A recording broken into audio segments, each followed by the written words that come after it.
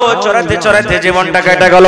বলছে আর একটু বড় হয়ে ছেলেটা আবার বলছেন 10 বছর বয়স যখন 10 বছর বয়স যখন হালের মোটা ধরলাম তখন কেমন করে শেখব ইলম বাবা যে শেখায়নি। 10 বছর যখন বয়স বাপ বলতে লাগলো হাল বাইতে যা। হালের ভুঁয়ে চলে গেলাম, হাল বাইয়ে আবার বড় হয়ে গেলাম।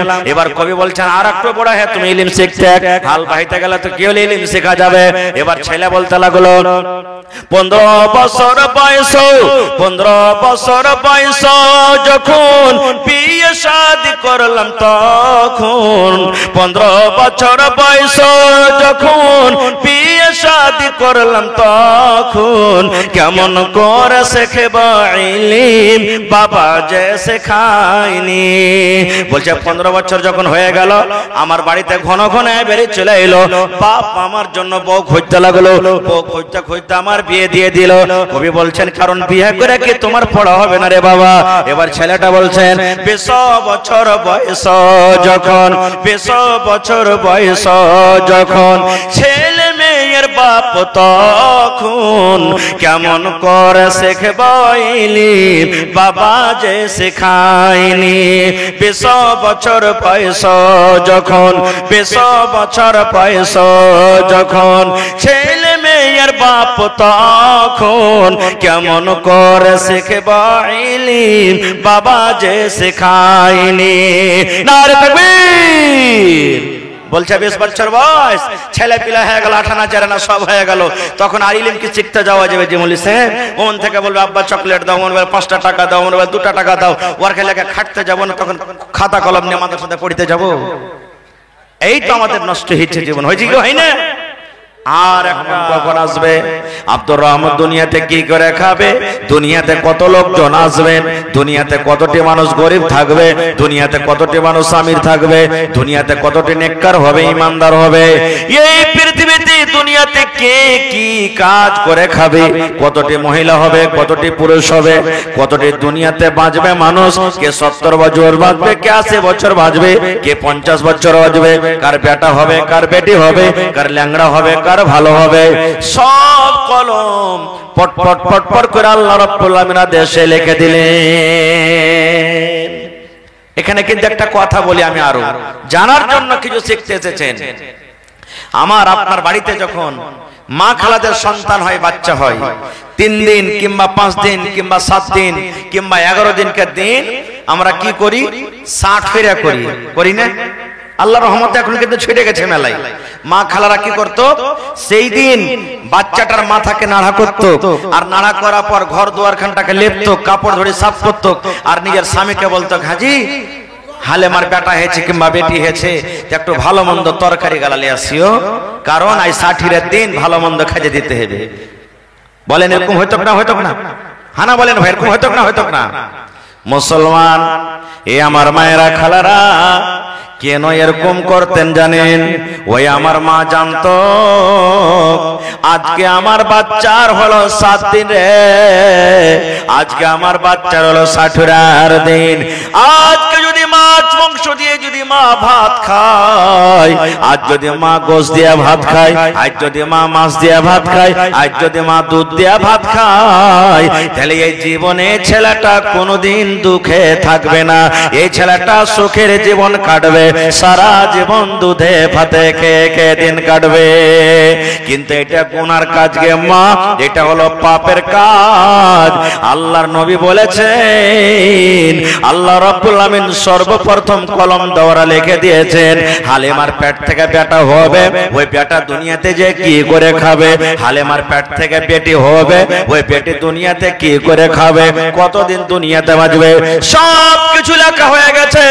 আল্লাহর নবীর একটা হাদিস এসেছে, যখন মহিলাদের পেটে সন্তান হয় 340 অর্থাৎ 4 মাস, 4 মাস যেদিন হয়ে যায়, ওই মায়ের পেটে সন্তানের ভিতরে আল্লাহ রাব্বুল আমিন জান দিয়ে দেন। 4 মাসের আগে কোন মা খালার পেটের ভিতরে বাচ্চা লড়াচড়া করবে করবে না। যেদিন 4 মাস সময় হয়ে যাবে, পেটে যেদিন 4 মাসের বাচ্চা হয়ে যাবে, সেই দিন আল্লাহ রাব্বুল আমিন মায়ের পেটে সুন্দর করে একটা সন্তান বাড়ি দিয়ে দেবেন, নাক মুখ সব দিয়ে দেবেন, রূহ দিয়ে দিবেন। মায়ের পেটে বাচ্চা হিলা ডলা করতে লাগবে। ওই মা জানতে পারবে, আহারে আমার পেটে বাচ্চা, আমার পেটে বাচ্চা যে আছে হিলা ডলা করছে।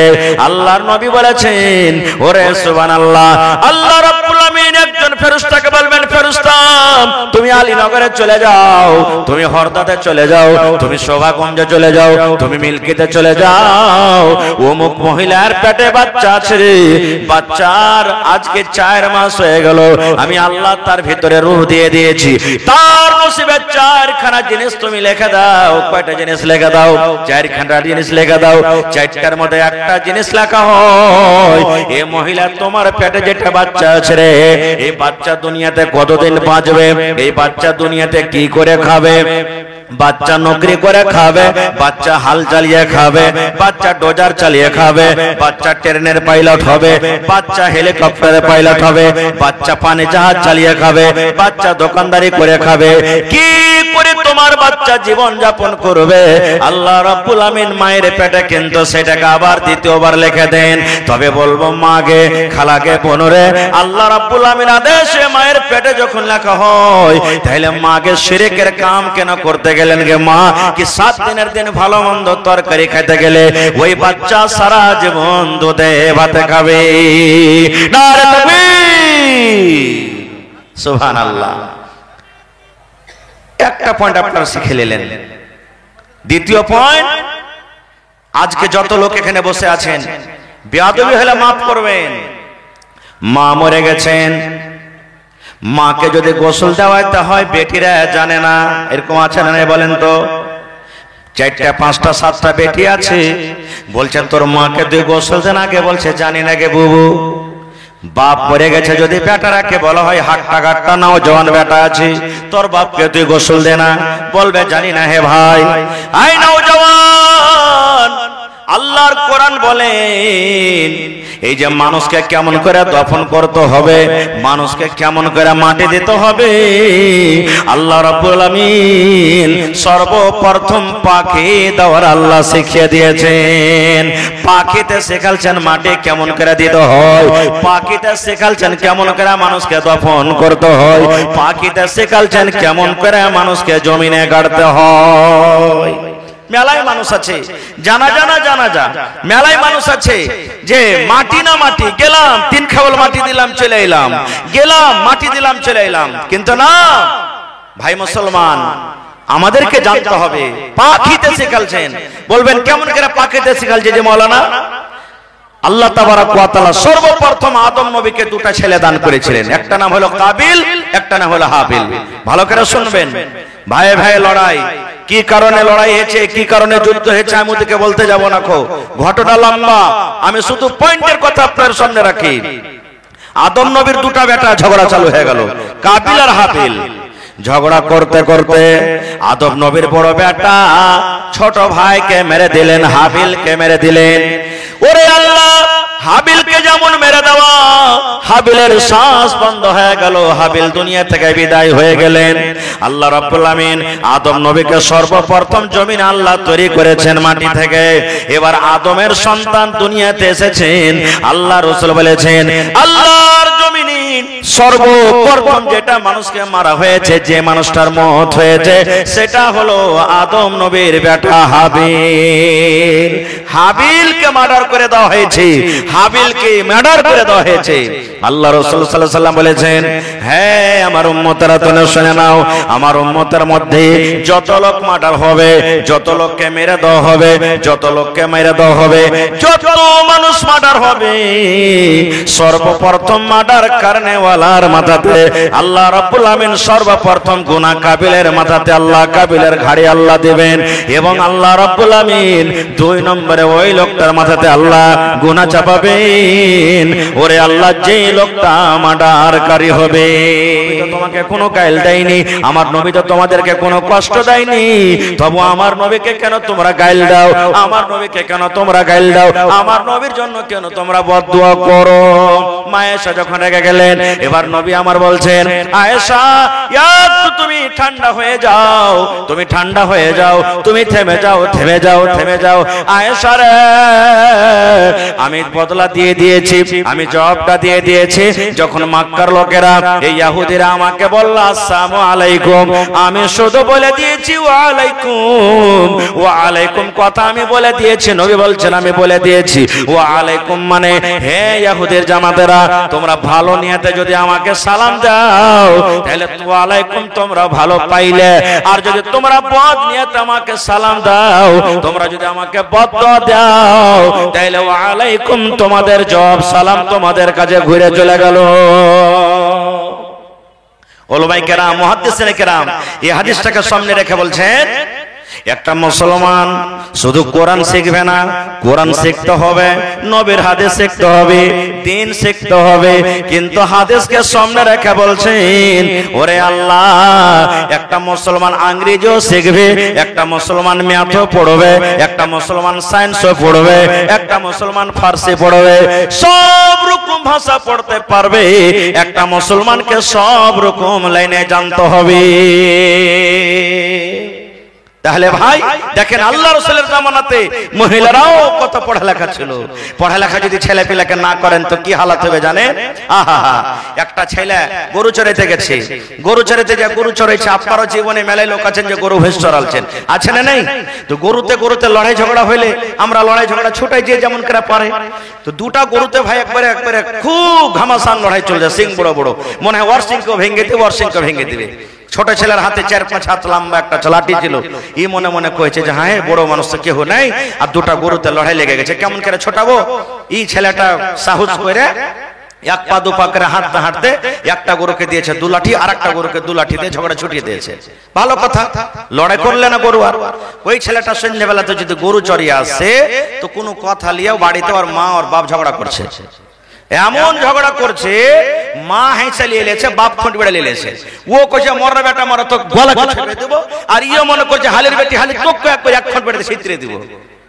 ছেলেটা মনে মনে কইছে যে হারে যেমন এরা রেগে আছে, মা যদি হাইছে পয়সা দেয় তো বাপ থাকবে না, আর বাপ যদি আগে মৌকা পাইলে তো মা থাকবে না। কি করবো, কাহাকে ডাকতে গেলে তের হইলে মনে হয় এদিকে মামলা শেষ হয়ে যাবে।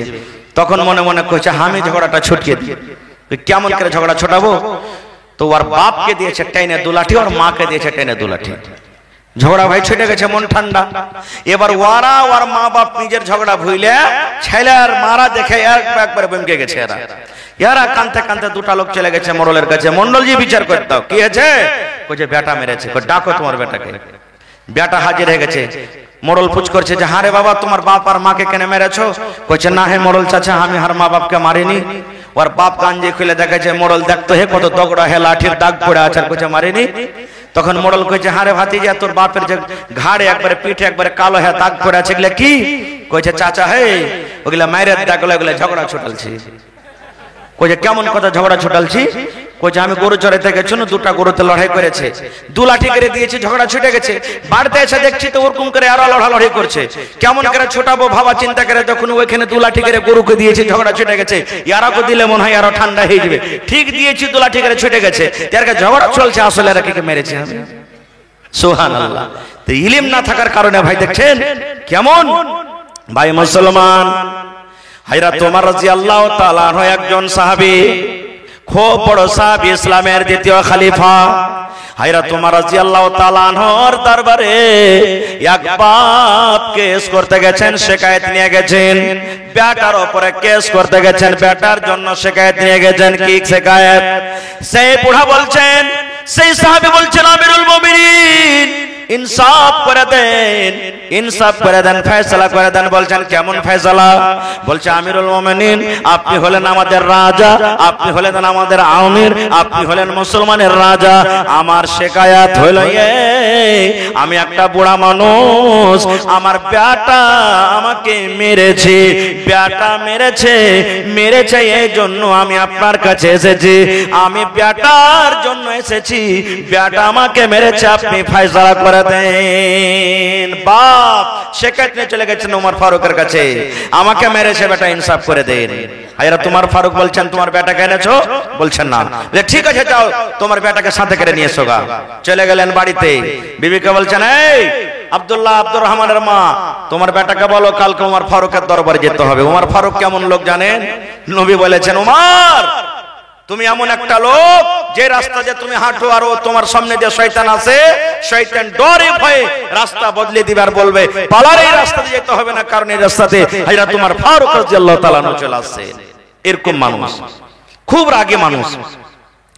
হযরত ওমর ফারুক রাদিয়াল্লাহু তাআলার কথা মনে পরের দিন বাপ বেটা হাঁটছেন রাস্তাতে হাঁটতে বেটা বলছে আব্বাজি, এখনকার মানুষ আল্লাহর রহমতে আব্বাজি বাপুজি, আগেকার মানুষ বাপু হে দাদু হে ভাই হে চাচা হে হে হে হে চলতো খালি।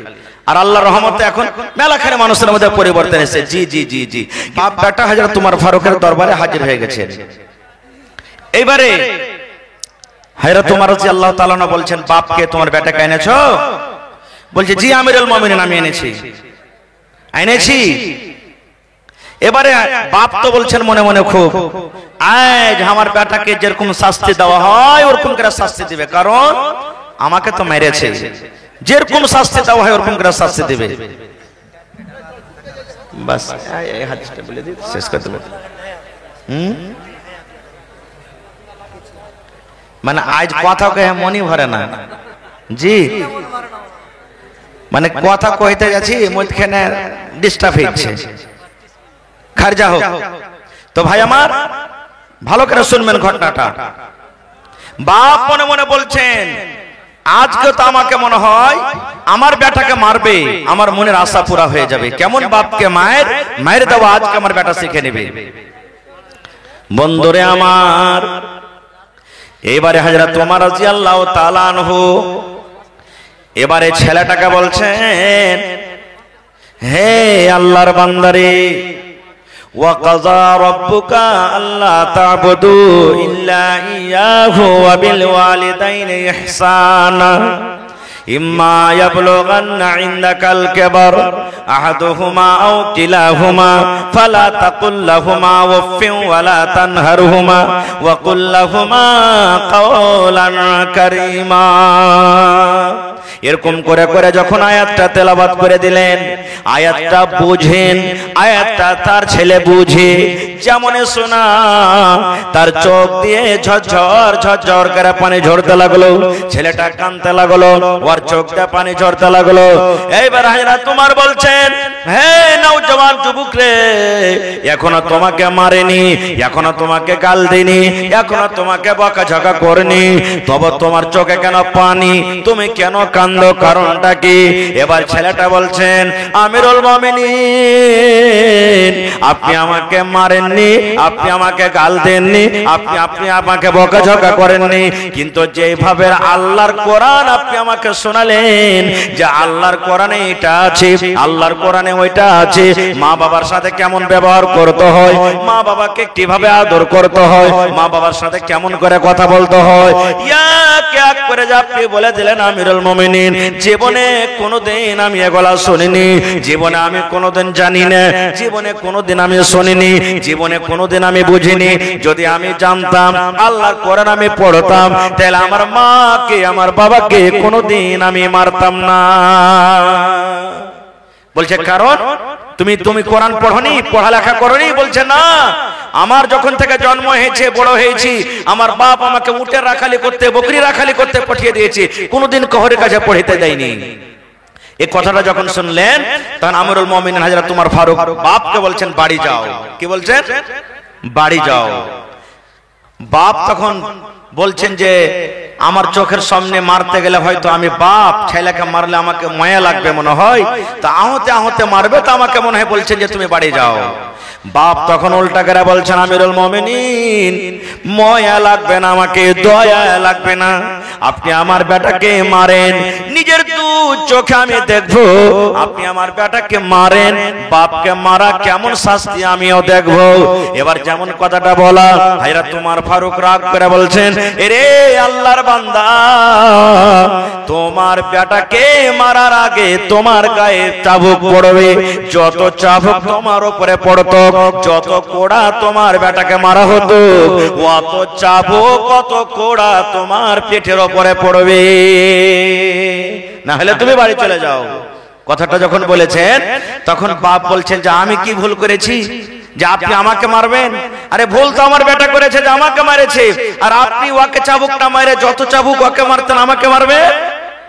ভাই মুসলমান দেখেন, এইবারে আমিরুল মুমিনিন কে বলছেন, আরে আল্লাহর বান্দা, প্রথমে নাক সাফ হয়ে, প্রথমে সাফ হয়ে তোমার বেটাকে তুমি কামড় দিয়েছো, আর পরে তোমার বেটা তোমার পায়ে কামড় দিয়েছে। কেমন কথা হলো? তোমার বেটাকে যদি তুমি মাদ্রাসাতে দিতে, তোমার বেটাকে যদি তুমি কোনো মাওলানার কাছে দিতে, তোমার বেটাকে যদি কোনো হাফেজের কাছে দিতে, তোমার বেটা কোরআন পড়িত, তোমার বেটা কোরআন জানতো, তোমার বেটা কোরআন মানতো, তোমার বেটা তোমার সাথে কি ব্যবহার করতে হয় জানতো, তাহলে তোমার গায়ে কোনোদিন হাত তুলতো না। কিন্তু তুমি তো তার পায়ে কুলহাড়ি মেরে দিয়েছো, তাকে তুমি ইলম দাওনি, তাকে তুমি জ্ঞান দাওনি, তাকে তুমি অজ্ঞান করে রেখেছো। তোমার ছেলেটা জানোয়ারের মতন হয়েছে, ভালো মন্দ বুঝে না, ও তো জানে না বাবাকে মারতে গেলে কি হয়, বাবার সাথে কেমন করে কথা বলতে হয়। প্রথমে তুমি তোমার ছেলেকে ধ্বংস করেছো, প্রথমে তোমার ছেলের জীবনটাকে তুমি নষ্ট করেছো, পরে তোমার ছেলে তোমার ক্ষতি করে। ছেলে মেয়েদেরকে না দেওয়ার কারণে যত পৃথিবীতে দেখবেন শেরশাবাদীর কেস মোকদ্দমায় দেখেন, সুবহানাল্লাহ, বুঝতে পারছেন ফল তো? হ্যাঁ, ছেলের পরে যদি মায়া দেয়া থাকে তো ছেলেটা জ্বালিয়ে যান গে মা, সুবহানাল্লাহ। হ্যাঁ দেখেন কাঁদছে, সুবহানাল্লাহ। এই দেখেন ভিডিওতে দেখেন যার ছেলেটা লিয়ে যান। যত শেরশাবাদীতে দেখবেন কোর্টে কাছারিতে থানাতে শেরশাবাদের বেশি কেস মোকদ্দমা আছে না নাই? মুসলমানের একটাই হুড় শেরশাবাদের, যা হবে হবে বে, যা হবে হবে, একটাই মানে যা হবে হবে। কেউ কবে তোর থেকে কি কম আছে নাকি? আবে 5 বিঘা করেছি তোর পিছে উড়িয়ে দেব আমি। যার ছাইলা দেখো এখানে স্টেজে। আচ্ছা হয়ে গেছে, বাদ দেন ভাই আমার। আর একটা ঘটনা বলি, শেরশাবাদীর দেখবেন যদি 100টা কেস যদি কোর্টে থাকে, মহিলা থানাতে বা থানাতে কোর্টে দেখবেন তো ওর মধ্যে 90টা কেস শুধু ছেলে মেয়ের কেস আছে। এই ছোট থাকতে বিয়ে দিয়ে দিয়েছে, জমিন নিবে, গাড়ি কিনবে, বা টাকার লালচ পেয়েছে, বিয়ে দিয়ে দিলে ছেলেটার লাগতে হয়তো কোঁটা চুইছে, কষা দিয়ে দুধ চুইছে, বেটি ছেলেটা জানে না, বাপ মজবুরি মনে করছে রিশতা আসছে বিয়ে দিয়ে দি, ভালো মন্দ বুঝে না, তালাক খেয়েছে। আল্লাহ রাসূলের জামানাতে বাপ একটা বেটির বিয়ে দিবে, বেটি বলছে আব্বা আমি এখন রাজি নাই, বিয়ে করার ইচ্ছা হয় না। বাপ চলে গেলেন নবীর দরবারে, নবীকে বলছেন ইয়া রাসূলুল্লাহ, আমি ভাবছি আমার মেয়ের আমার বেটির বিবাহ দেব, কিন্তু আমার বেটি রাজি নাই, একটু যদি হয়তো আপনি তাকে বুঝান। বলছে তোমার বেটিকে নিয়ে এসো। পরের দিন বেটিকে হাজির করে চলে গেলেন। এরে আমার ভাইয়েরা মায়েরা খালারা শুনেন, এবারে নবী যে বলছেন এর আল্লাহর বান্দি, তোমার আব্বা জান শুনছি তোমার বিয়ে দিবে, তোমার আব্বা জান তোমার বিয়ে দেওয়ার জন্য হয়তো ছেলে ঠিক করেছে, তুমি বলছো আমি রাজি নাই, কারণটা কি রে মা? কি কারণে তুমি বলছো আমি বিয়ে করব না? এবারে মহিলা বলছেন নবী গো, একটা জিনিস আমাকে জানিয়ে দেন গো নবীজি, একটা জিনিস আমি জানতে চাই। বলছে কি? বলছে নবী গো, ধরেন আমার বিয়ে হয়ে গেল, যে আমার স্বামী হবে আমি তার বাড়িতে চলে গেলাম, শ্বশুরের বাড়িতে আমি চলে গেলাম, আমার যে স্বামী হবে তারপরে আমার কতটুকু হক রয়েছে, কিংবা আমার স্বামীর আমার পরে কতটুকু হক রয়েছে, আমার স্বামীর আমাকে কতটুকু কথা মেনে চলতে হবে, আমার স্বামীর কতটুকু কথা আমাকে শুনতে হবে। এবার নবী বলেছেন হে আল্লাহর বান্দি রে, তোমার উপরে তোমার স্বামীর অতটুকু হক রয়েছে, তোমার উপরে তোমার স্বামীর অতটুকু হক রয়েছে, তোমাকে তোমার স্বামীর অতটুকু কথা মেনে চলতে হবে। তোমার স্বামীর গায়ে যদি ফোট হয়ে যায়, তোমার স্বামীর গায়ে যদি ঘা হয়ে যায়, ফোট পেকে গেছে, পুজ চুইছে, রক্ত বইছে, এবার তোমার যদি স্বামী তোমাকে বলে এই আব্দুর রহমান, হালেমা, জায়েদা, খালেদা বিবির তুমি শোনো, এই যে আমার শরীরে একটা ফোট হয়েছে, ফোটটা পেকে গেছে রে বিবি, এই ফোটটাকে তুমি সাফ করে দাও। কি দিয়ে সাফ করো? তুলা দিয়ে সাফ করা চলবে না, কাপড় দিয়ে সাফ করা চলবে না, পানি দিয়ে ধোয়া চলবে না। আল্লাহ রাব্বুল আমিন তোমাকে জিহ্বা দিয়েছে রে বিবি রে, এই জিহ্বা দিয়ে চেটে চেটে চেটে তুমি সাফ করে দাও। ওরে সুবহানাল্লাহ, নবী আমার বলেছেন মহিলা তুমি ইনকার করতে পাবে না রে, ইনকার তোমার করা চলবে না, তোমাকে জিহ্বা দিয়ে চেটে চেটে সাফ করতে হবে। শুধু তা নয়, নবী আরো বলেছেন হে মহিলার দল তোমরা শুনে নাও, তোমার স্বামী হাট থেকে বাড়িতে এসেছে, তোমার স্বামী বাজার থেকে বাড়িতে এসেছে, তোমার স্বামী দোকান থেকে বাজারে এসেছে, বাড়িতে ঢোকার পর তোমাকে যদি বলে আব্দুল্লাহর মা এক গ্লাস পানি দিয়ে দাও, হালেমার মা এক গ্লাস পানি দিয়ে দাও, আমাকে পিপাসা লেগেছে, নবী বলেছেন তুমি যদি রুটি তৈরি করো, চুলাতে তোমার পয়সা আছে, তোমার তাওয়াতে খোলাতে রুটি আছে, কিংবা তুমি ভাতের হাঁড়ি ধরে আছো, ভাত তুমি পাসাইছো, মার চুইছে, এই মতো অবস্থাতে তোমার স্বামী তোমাকে যদি ডাক দেয় পানি আনার জন্য, ঘরের জন্য তোমাকে যদি ঘরে ডাকে, আল্লাহ রাসূল বলেছেন মহিলা তুমি এই কথা বলতে পারবে না, 2 মিনিট দাঁড়ান, 5 মিনিট দাঁড়ান, স্বামীকে ভাতটা আমি পাশে নেই, স্বামীকে রুটিটা হয়েছে উঠিয়ে নি। দয়ার নবী বলেছেন মহিলা তোমার রুটি জ্বলে যায়, তোমার রুটি ছড়ে যায়, তোমার রুটি ছাই হয়ে যায়, তুমি তাড়াতাড়ি করে তোমার স্বামীর কথাতে তুমি লাব্বাইক বলো। কিন্তু ইলম না থাকার কারণে আমরা কি করি? টেনা করে এমন করে কথা বলে একটু তুমি পানিটা লিয়ে খেতে পারবে না নাকি? ভেতর ভেতর করছো, এখানটা কাম করছো, খুব লাঠের বেটা লাঠে গেছো। এরকম যখন কোনো মা খালা বলে দেয় না সমাজের কারণে, ইলম না থাকার কারণে, কত ভাই তখন এমন আছে এমন মায়ের খন্নি ও যে 2 লাখ ভাড়া ভাড়া আখাটাকে ভাঙবে, আর ওর চুলের ঝুটি খানটাকে ধরে রাখবে, হালের বেটি হালে বাড়ি থেকে তোর কাঠটাকে ভেঙে দিব, তোর মতন বিবিকে বাড়িতে রাখবো না। ইও তখন শুরু করে দিলে বাড়িতে বাহির করা উচিত হলো। কত ভাই ডেড়ির মাঝে বসে থাকবে, তুই বাড়িতে খালি সান দিয়ে দেখতো তোর হালাত কি করছিস, এরকম করে না? কেন করবেন? কবি বলছেন শোনো রে পুরুষাতে বলিয়া ধ্যান, শোনো রে পুরুষাতে করিয়া ধ্যান, তোমাদের বিবে যদি হয় না ফরমান, প্রথমে তো নানা মতে বুঝাবে তারে, তারপরে বিছানাতে দিবে জুদা করে, এই 2 পর যদি ঠিক নাই হয়, আদবের মার তারে কিছু মারা যায়। আদবের মার মারতে হবে, প্রথমে বুঝান, না বুঝলো রাইতে বিছানা আলাদা করে দেন, তাও যদি না বুঝে যেমন হেকড়ি হেকড়ি থেকে গেল, তখন আদবের মায়ের মারতে হবে। আদবের মায়ের মানে সাঁটার, জুতার, লাঠি আর চাপ্পাল আর বিজলির চাবুক নয়, আদবের মায়ের মারতে হবে। না চলছে মা বাপকে ডেকে আপনি তাকে তালাক করে দেন, কিন্তু জানোয়ারের মতন মায়ের দেওয়া তাকে চলবে না। ভাই মুসলমান, আমার সময় 12:30 পর্যন্ত আছে, আর আজকে যিনি মেহমানে খুশুসি অনেক দূর থেকে আপনাদের খেদমতের জন্য এসে হাজির আছেন, উনি 10 থেকে 15 মিনিটের মধ্যে চলে আসবেন। ভাই এটা হলো মাদ্রাসার জলসা, মুসলমানের মান শান হলো মাদ্রাসা। ভাই ইচ্ছা ছিল ইলম সম্পর্কে আরো কিছু কথা বলবো, তার আগে একটা কথা আর বলে দিই, ভাই মুসলমান আমরাকে ইলম শিখতে হবে, দ্বীন এবং দুনিয়া দুটাই ইলম আমাদেরকে শিখতে হবে। দ্বীন শিখতে হবে আমল করার জন্য, আল্লাহকে রাজি করার জন্য, দুনিয়া শিখতে হবে। আল্লাহ তাবারাক ওয়া তাআলা যে আমাদেরকে পেট দিয়েছেন, ছেলে দিয়েছেন, মেয়ে দিয়েছেন, দুনিয়াদারি করতে হবে। কারণ আপনার পেট যদি সুখ না থাকে তো আপনি ইলম হাসিল করতে পারবেন? জীবনে পারবেন না, জীবনে পারবেন না। আপনাকে ছেলেরাকে ডাক্তার করতে হবে, মাস্টার করতে হবে, হাফিজ করতে হবে, কারি করতে হবে, টাকার দরকার আছে, বিনা টাকাতে কিচ্ছু হবে না। এই জন্য আমাদেরকে দিন দুনিয়া দুটাই দেখতে হবে ভাই আমার। তাহলে এই মাদ্রাসা একটা এমনই জিনিস, এমনই একটা পাওয়ার হাউস, এমনই একটা ট্রান্সফরমার। যদি মাদ্রাসাতে আমরা ছেলেরাকে শিক্ষা না দিই, মাদ্রাসা যদি আমরা তৈরি না করে, মাদ্রাসাকে যদি আমরা না চালাই, তাহলে আমাদের সামনেকার জীবনটা অন্ধকার হয়ে যাবে। ভাই আলহামদুলিল্লাহ দান আপনারা অনেক দিয়েছেন। গত রাত্রে জালসা ছিল, আমার শাইখে মুহতারাম তাওহীদ আলম সাহেব হাফিজাহুল্লাহ বসে আছেন, উনি ছিলেন।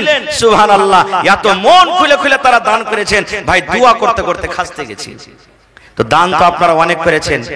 আজকে কেউ আছেন 50,000 টাকা দেওয়ার মতন একটা লোক এই মজলিসে, কিংবা আধ কাঠা 1 কাঠা জমি দেওয়ার মতন লোক? বলেন মাওলানা অত করে পারবো না। 30 পারা কোরআনের আবদার আমি রাখলাম আপনাদের সামনে। কেউ 10 পারার দাম দেবেন 10,000 টাকা, কেউ 5 পারার দাম দেবেন 5,000 টাকা, কেউ 1 পারার দাম দেবেন 1,000 টাকা। না পারলে 2 ভাই 2 জন মিলে 500 করে দিবেন, আধ পারা করে কোরআনের দাম। আজকে কোরআনের মাহফিল, দ্বীনের মাহফিল, আসেন তো দেখি। কোরআনের দাম আল্লাহ ছাড়া কেউ দিতে পারবে না। একটা হরফের, একটা জের জাবারের দাম মানুষের দেওয়ার ক্ষমতা নেই। তবে আল্লাহর কিতাব কোরআনের মান সম্মান রেখে ভাই আমার হাতে মাত্র 10 থেকে 15 মিনিট সময় আছে। এই 15 মিনিটে দেখি 30টা কলম আমি দেখলাম। আল্লাহর কোন বান্দা আছে 1000 1000 1000 করে, মাশাআল্লাহ। কে দিল এটা? ওয়াজির আলম। এই দেখেন আমার নানা জান, মাশাআল্লাহ, ওয়াজির আলম 8 পারা কোরআনের দাম। আর আরো একজন আমার ভাই দিয়ে 1 পারা কোরআন হয়ে গেছে, আর 29 পারা বেঁচে গেছে, ইনশাআল্লাহ হয়ে যাবে। এই দেখেন আরো একজন ভাই আমার 1 পারা কোরআনের দাম দিয়ে দিয়েছেন, মাশাআল্লাহ 2 পারা হয়ে গেল, আর মাত্র 28 পারা ভাই। আর আমার হাতে কিন্তু আর মাত্র 14 থেকে 15 মিনিট সময় আছে। দেখি এই দেখেন বেনামিতে আরো একজন আমার ভাই 1 পারার দাম দিয়ে দিয়েছেন, তাহলে 3 পারা। মা খালারকে পেন্ডালে চাদর দিয়েছেন মাওলানা, মহিলা পেন্ডালে চাদর, চাদর মারা মায়েরা খালারা চাদর আপনারা একটু দেন, চাদরে মন খুলে খুলে আপনারা দানটা দেন। আর সোনার, নাকের, কানের বালি, ছাগল, বকরি এই সমস্ত জিনিস আপনারা দিয়ে পাঠান।